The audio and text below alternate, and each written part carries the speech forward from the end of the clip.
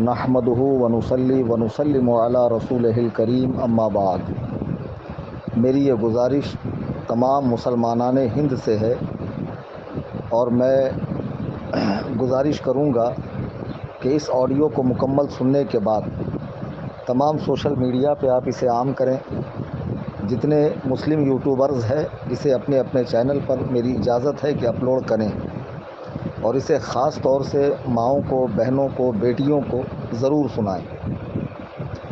ہمارے وطن عزیز ہندوستان میں جو اس وقت حالات بنے ہوئے ہیں وہ بد سے بدتر ہیں اور شاید اس سے بھی بھیانک انجام ہمیں دیکھنا پڑے اگر ہم عزم مصمم نہ کریں کہ ہم اپنے دین پر سختی سے قائم رہیں گے، اسلام سے چمٹے رہیں گے اور حالات کیسے بھی برے ہوں اپنے دین کو ہاتھ سے جانے نہیں دیں گے۔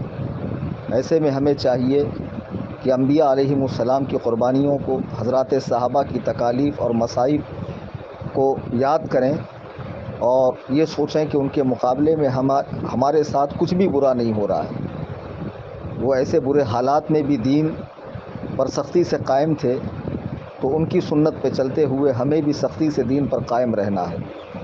آج جو میں بات کر رہا ہوں وہ یہ ہے کہ جب بھی آپ سوشل میڈیا پہ جائیں، انسٹاگرام، فیس بک، یوٹیوب وغیرہ، ٹویٹر وغیرہ پر، یا نیوز پیپر دیکھیں، پڑھیں یا کوئی چینل دیکھیں، تو آپ کو یہ بات بارہا سننے کو، دیکھنے کو ملیں گی کہ فلاں مسلم علاقے سے فلاں مسلم بچی نے کسی ہندو لڑکے کے ساتھ کورٹ میرج کر لی اور اسلام کو چھوڑ دیا، ترک کر دیا۔ پھر اس کے بعد اس کے بیان بھی سامنے آتا ہے کہ اسلام میں یہ سختیاں تھیں، یہ پابندیاں تھیں، اب میں اپنے آپ کو آزاد محسوس کر رہی ہوں، وغیرہ وغیرہ۔ آپ جانتے ہیں یہ کوئی اتفاقی حادثہ نہیں ہے، اگر ایک دو جگہ پیش آ جاتا تو شاید اس پہ بولنے کی ضرورت بھی پیش نہ آتی۔ یہ باقاعدہ ایک منظم سازش کے تحت ہو رہا ہے۔ اس میں کچھ پاکھنڈیوں کا ہاتھ ہے، کچھ نیتاؤں کا ہاتھ ہے، باقاعدہ ایک طاغوتی شیطانی طاقت ہے جو اس کام پر لگی ہوئی ہے اور حکومت وقت کا اس کو فل سپورٹ ہے۔ یقیناً ان کے مقابلے میں ہم بہت کمزور ہیں، لیکن ہم اتنا تو کر سکتے ہیں کہ اپنے اہل خانہ کی نگرانی کریں، اپنی بچیوں پہ نگاہ رکھیں۔ افسوس کی بات ہے کہ بچیاں جب بولنے کے لائق ہوتی ہے تو انہیں کلام الہی پڑھانے کے بجائے، انہیں دین کے بنیادی عقائد سکھانے کے بجائے سب سے اچھی انگلش اسکول کا انتخاب کر کے انہیں اسکول میں ڈالا جاتا ہے۔ پھر بچیاں کچھ پڑھ لکھ کے قابل بنتی ہیں تو انہیں مہنگے مہنگے سیل فون دلائے جاتے ہیں۔ یہ نہیں سوچا جاتا کہ میری بچی کی کوئی فیکٹری نہیں ہے، کوئی کمپنی نہیں ہے، اس کا کوئی بزنس نہیں ہے، آخر اتنا مہنگا فون اسے دلایا کیوں جائے؟ چلیے دلا دیا تو اس کے بعد بچی کے فون پر ہونے والی اپڈیٹ سے باپ بھی بے خبر ہے، ماں بھی بے خبر ہے، بہن بھی بے خبر ہے، بھائی بھی بے خبر ہے۔ رات رات جاگ کر بچی کس سے چیٹ کر رہی ہے، کیا بات کر رہی ہے۔ پھر دوسرے نمبر پہ بچیوں کو جہاں کو ایجوکیشن ہے، لڑکے اور لڑکیاں ساتھ پڑھتی ہیں، وہاں داخل کرایا جاتا ہے۔ پھر اس کی دوستی پر نگاہ نہیں رکھی جاتی ہے کہ بچی کا یارانہ دوستانہ کس کے ساتھ ہے۔ کالج چھوٹنے کے بعد، اسکول چھوٹنے کے بعد بچی لیٹ کیوں آتی ہے، وہ کہاں گھومتی ہے، کیا کرتی ہے، کیا نہیں کرتی ہے، کن لوگوں کے ٹچ میں ہے، اس کے ذہن میں کس طرح اس کا مائنڈ سیٹ کیا جا رہا ہے کہ اگر تم مسلمان سے شادی کرو گی تو تمہیں پردے کی پابندی کرنی ہے، بہت سارے بچے پیدا کرنے ہیں، 3 طلاق کا دکھ جھیلنا ہے اور حلالہ جیسی رسم سے تمہیں گزرنا ہے اور ہمارے دھرم میں آنے کے بعد 7 جنموں تک تمہارا ساتھ رہے گا، وغیرہ وغیرہ۔ اس طرح کی باتیں کر کے بچیوں کو جو ہے پھنسایا جا رہا ہے۔ پہلے یہ سنا جاتا تھا کہ فلاں مسلم لڑکے نے ہندو لڑکی سے شادی کی تو اسے میڈیا خوب اچھالتا تھا کہ یہ لو جہاد ہے۔ حالانکہ میں نے اس کے پہلے بھی اپنے بیانات میں کئی بار کہا کہ اسلام میں لو جہاد نام کا کوئی جہاد ہے ہی نہیں۔ کسی بھی مسلمان لڑکی کی شادی کسی غیر مسلم سے ہو ہی نہیں سکتی، اور کوئی ایسا کرتا ہے تو اسے قانون کے تحت سخت سزا ملنی چاہیے۔ پھر کبھی مسلمانوں کو بدنام کرنے کے لیے عجیب عجیب ہتھ کنڈے اپنائے جاتے ہیں۔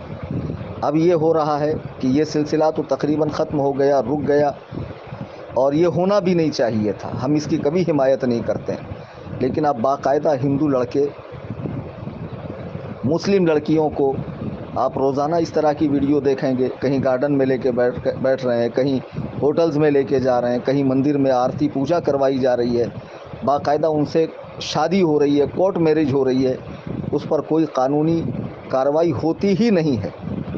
میں اس کا سب سے بڑا ذمہ دار خود ان کے اہل خانہ کو سمجھتا ہوں۔ بزرگوں نے فرمایا کہ بروز قیامت اللہ کے سامنے ایک عورت 4 لوگوں کے جہنم میں جانے کا سبب بنے گی۔ اپنے باپ کے جہنم میں جانے کا سبب، بھائی کے، شوہر کے اور بیٹے کے۔ وہ اللہ سے عرض کریں گی مولا تعالیٰ یہ لوگ دینی محافل میں جاتے، علماء کے پاس بیٹھتے، بیانات میں شریک ہوتے، لیکن گھر میں آ کر دین نہیں سکھاتے تھے، اس لیے ہم دین سے غافل ہیں۔ تو اس کی اس گزارش پر، اس کے اس عرض پر اللہ تعالیٰ ان 4 لوگوں کا ٹھکانہ جہنم فرمائے گا۔ آپ نے اولاد کی تربیت کے لیے ہر طرح کی تکالیف برداشت کی، ان کے ناز نخرے پورے کرنے کے لیے، ان کی ہر وش، ہر خواہش کو پورا کرنے کے لیے آپ نے حرام و حلال کی تمیز کی ہے، بغیر روپیہ کمایا۔ لیکن آخر میں کیا ہوا؟ بچی بھاگ گئی۔ اب بھاگنے کے بعد جو اس کے ساتھ سلوک ہوگا، ہو سکتا ہے کہ اس کی عزت تو یقیناً لوٹنی ہے، کہیں اس کی فلم بن جائے، کہیں وہ عام ہو جائے، وہ مسلم معاشرے میں منہ دکھانے کے لائق نہ رہے۔ اے میری قوم کی بچیوں، ذرا سوچو کہ جب تم بھاگ کر جا رہی ہو، تمہارے اہل خانہ پر کیسا غم کا پہاڑ ٹوٹا ہوگا، اہل محلہ، اہل خاندان انہیں کیا کیا طانے مارتے ہوں گے۔ خدا نہ خواستہ تمہاری فلم بن گئی اور وہ عام ہو گئی، کیا تم کسی کو منہ دکھانے کے لائق رہو گی؟ ایک تو تمہاری عزت چلی گئی، دوسرا تمہارے ہاتھ سے ایمان چلا گیا، اور ہمیشہ تمہارا ٹھکانہ جہنم ہو گیا۔ تمہیں کس نے کہا کہ اسلام میں عورتوں کا کوئی مقام نہیں ہے؟ اللہ کے نبی علیہ السلام فرماتے ہیں کہ جنت ماں کے قدموں کے نیچے ہے۔ اللہ کے حبیب فرماتے ہیں کہ بہن کے ساتھ حسن سلوک، اچھا برتاؤ، اس کے دوزخ میں جانے سے اسے روک دے گا۔ بیٹی کی اچھی پرورش جہنم سے آڑ بن جائے گی۔ ماں بھی تم ہی ہو، بیٹی بھی تم ہی ہو، بہن بھی تم ہی ہو۔ اور بیوی کے ساتھ حسن اخلاق سے پیش آنے کے تعلق سے اللہ کے نبی علیہ السلام فرماتے ہیں عورتوں کے چہروں پر نہ مارا جائے، چونکہ اللہ نے اسے خوبصورت بنایا ہے۔ اور آپ نے اپنی بیویوں سے محبت کرنے والوں کے تعلق سے کہ جب دونوں ایک برتن میں کھانا کھاتے ہیں تو ملائکہ ان پر رشک کرتے ہیں۔ بے شمار فضیلتیں آئی ہے۔ یہ ساری چیزیں آپ کی نگاہ کے سامنے نہیں ہے۔ آپ کو پردہ بیکار سا معلوم ہوتا ہے، آپ آزادی چاہتی ہیں، حالانکہ اللہ تعالیٰ نے یہ پردہ نبی علیہ السلام کی بیویوں تک کے لیے رکھا ہے۔ چنانچہ آپ سورہ احزاب کی آیت نمبر 59 دیکھیں گی تو قرآن میں اللہ فرماتا ہے یا ایھا النبی قل لازواجک وبناتک ونساء المؤمنین یدنین علیہن من جلابیبہن ذالک ادنی ان یعرفن فلا یؤذین وکان اللہ غفورا رحیما۔ اے نبی اپنی بیٹیوں، اپنی صاحبزادیوں اور مسلمانوں کی عورتوں سے فرما دیجئے کہ اپنی چادر کا ایک حصہ اپنے منہ پر ڈالے رہیں، یہ اس سے بہتر ہے کہ ان کی پہچان ہو اور وہ ستائی نہ جائیں، اور اللہ بخشنے والا مہربان ہے۔ یعنی پردہ اس لیے ہے کہ تمہیں ستایا نہ جائے، تمہارا مذاق نہ اڑایا جائے۔ اور آج یہی ہو رہا ہے کہ جب تم نے پردے کو ترک کر دیا تو تمہارا مذاق بھی بنا، تم ستائی بھی گئی، تمہارے ہاتھ سے دین و ایمان بھی نکل گیا۔ میں گزارش کروں گا مسلمانوں سے، للہ دھیان دیجیے اپنی بچیوں کے اوپر۔ انہیں دنیا کی تعلیم بہت زیادہ پڑھانا یہ ضروری نہیں ہے۔ آپ کی بچی دیندار ہو، با اخلاق ہو، صوم و صلات کی پابند ہو، امور خانہ میں ماہر ہو، یہ کافی ہے۔ اور دنیا کی تعلیم اتنی سیکھ لے کہ جس سے اس کی ضرورتیں پوری ہو جائے، اتنا کافی ہے۔ اور وہ سکھاتے وقت بھی آپ اس کی پوری نگرانی کریں۔ یہ بہت پرفتن دور ہے اور اس میں ایسے سبز باغ دکھا کر بچیوں کو اپنے جال میں پھانسا جا رہا ہے، اور یہ نادان بچیاں سمجھ رہی ہے کہ میں تو آزادی پا رہی ہوں۔ جس آزادی کے چکر میں تو اسلام جیسے سچے مذہب کو چھوڑ رہی ہے اور جس کے ساتھ بھاگ رہی ہے، اس کی جوانی بھی فانی ہے، اس کا حسن بھی ختم ہونے والا ہے، اس کا مال و دولت بھی مٹنے والا ہے، اور پھر بعد میں ذلت و رسوائی کے سوا تمہارے ہاتھ کچھ نہیں آنے والا ہے۔ خدا را اپنے پاک دین کو مت چھوڑو، اور اس طرح ماں باپ کی رسوائی کا سبب نہ بنو، مسلم معاشرے کی رسوائی کا سبب نہ بنو۔ میں تمام علماء کرام سے، تمام قائدین سے، تمام اہل خانقاہ سے، تمام خطبہ حضرات سے گزارش کروں گا کہ اسے موضوع تقریر بنایا جائے اور اس پر مسلمانوں میں بیداری پیدا کی جائے کہ مسلمان اپنی بچیوں کی تربیت دینی ماحول کے اندر کریں، دینی ماحول کے اندر کریں۔ مجھے اس موقع پہ ایک واقعہ یاد آیا کہ ایک جنگ کے موقع پہ اللہ کے نبی علیہ الصلاۃ والسلام صحابہ کے ساتھ تشریف فرما ہیں۔ ایک صحابیہ حضور کی بارگاہ میں اپنے بیٹے کی خبر لینے آتی ہے۔ انہیں معلوم ہوا کہ میرا بیٹا شہید ہوا ہے، تو وہ چہرے کو ڈھک کر آتی ہیں اور عرض کرتی ہیں یا رسول اللہ میرے بیٹے کی کیا خبر ہے؟ تو ایک صحابی نے کہا تمہیں اس حال میں بھی پردہ سوج رہا ہے؟ یعنی یہ تو ایسے غم کا معاملہ ہے کہ تم پر تو غموں کا پہاڑ ٹوٹا ہے، اس میں تو ہوش نہیں رہتا ہے، بال بکھرے ہوئے ہوتے ہیں، دوپٹہ کہاں کے کہاں ہوتا ہے، پیروں میں چپل کا ہوش نہیں رہتا ہے، اور یہاں بھی تم پورے اہتمام کے ساتھ پورے پردے کے ساتھ آئی ہے۔ تو وہ صحابیہ کہتی ہے میں نے اپنا بیٹا کھویا ہے، میں نے حیا کو نہیں کھویا ہے، میں نے حیا کو نہیں کھویا ہے۔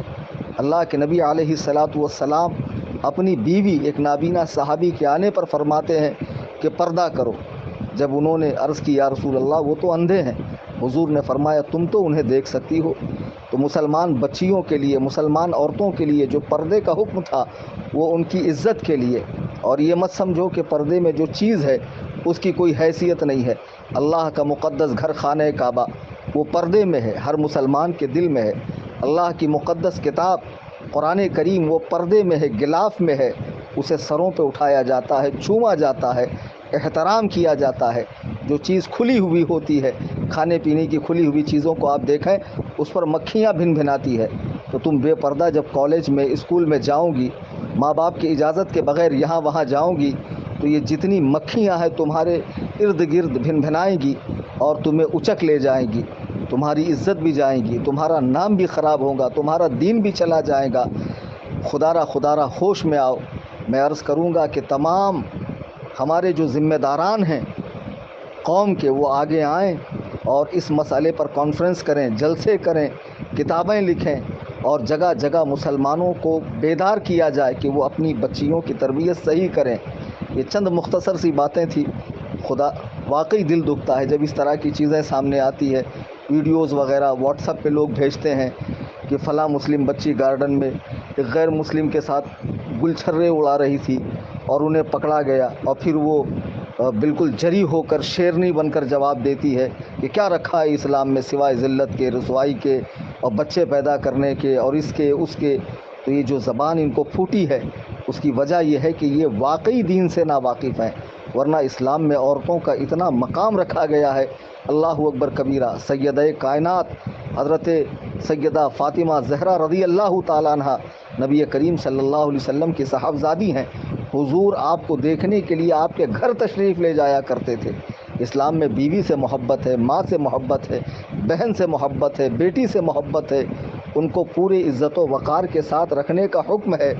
اور انشاءاللہ الرحمن اس مسئلے کی حساسیت کو دیکھتے ہوئے ہم جو ممبئی کی سرزمین پہ الجامعۃ الحنفیہ حدیقۃ النعمان ادارہ قائم کریں گے، اس میں خاص بچیوں کی دینی تعلیم کے لیے بھی ایک شعبہ ہوگا، جس میں انشاءاللہ بچیوں کو زیور تعلیم سے آراستہ کیا جائے گا۔